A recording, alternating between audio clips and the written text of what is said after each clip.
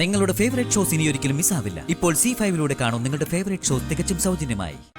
കൈമുറിഞ്ഞത് കണ്ടിട്ട് അയാളൊന്നും പറഞ്ഞില്ലേ? തിരിഞ്ഞു നോക്കിയിട്ടുണ്ടാവില്ല. ദുഷ്ടനല്ലേ? മോളെ, ഇപ്പോ കൈ മുറിഞ്ഞു എന്നല്ല പ്രശ്നം. ഉച്ചയ്ക്ക് നമ്മുടെ വീട്ടിലൊരു ഗസ്റ്റ് വരുന്നുണ്ട്. അവൻ ഒരാളെ ഭക്ഷണം കഴിക്കാൻ വിളിച്ചിരിക്കുക. ഞാനാണെങ്കിൽ എല്ലാം വെച്ചുണ്ടാക്കിക്കൊള്ളാം, അത് സമ്മതിക്കുകയും ചെയ്ത്. അതിനിപ്പോ പറ്റില്ല എന്ന് പറഞ്ഞ പോരെ? അയ്യോ, അതിപ്പോ നന്നായി.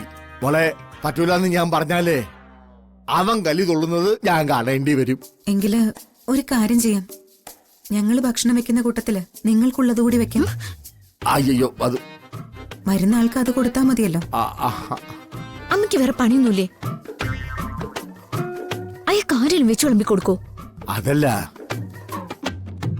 സുജാതെ, നിങ്ങൾ കഷ്ടപ്പെടുകയൊന്നും വേണ്ട. സാധനങ്ങളൊക്കെ ഞാനേ എടുത്ത് റെഡിയാക്കി വെച്ചിട്ടുണ്ട്. പക്ഷേ എനിക്ക് ഒരു ചെറിയ സഹായം കിട്ടിയ ബാക്കിയെല്ലാം ഞാൻ തന്നെ ചെയ്തു തീർത്തോളാം. അല്ല, അതെ, പിന്നെ പത്മ ടീച്ചർക്ക് ഒന്ന് അങ്ങോട്ട് വരാൻ പറ്റുമോ?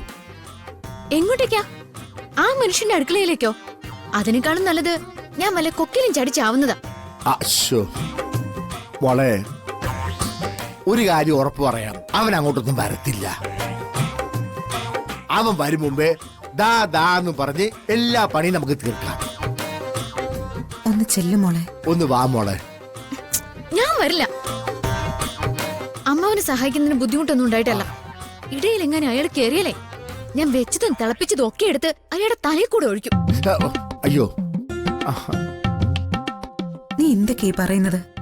അയൽപ്പക്കാരാവുമ്പോ ചെറിയ സഹായമൊക്കെ ചെയ്യേണ്ടി വരും. അമ്മാവൻ വന്ന് വിളിച്ചിട്ടല്ലേ, ഒന്ന് കൂടെ ചെല്ല്.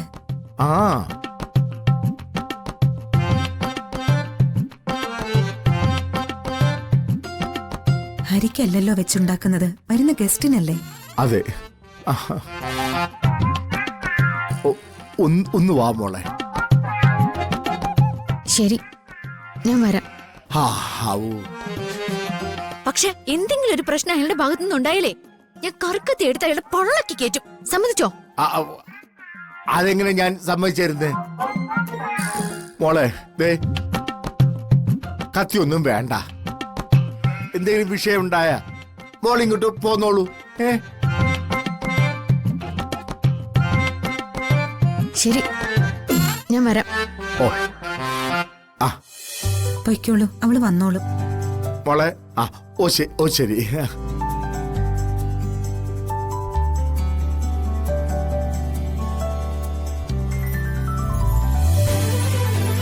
ഓർക്കുമ്പോ തന്നെ എനിക്ക് ദേഷ്യം വരുന്നുണ്ട്. ഇഷ്ടമില്ലാത്ത ഒരുപാട് കാര്യങ്ങള് നമുക്ക് ചെയ്യേണ്ടി വരില്ലേ ജീവിതത്തില്? അങ്ങനെ കൂട്ടിയാ മതി.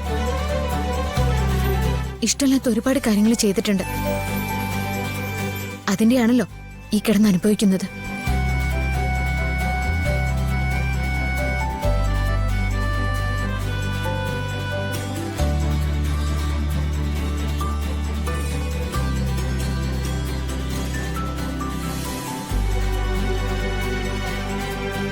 പത്മ ടീച്ചർ ഒന്ന് അടുക്കള കയറട്ടെ.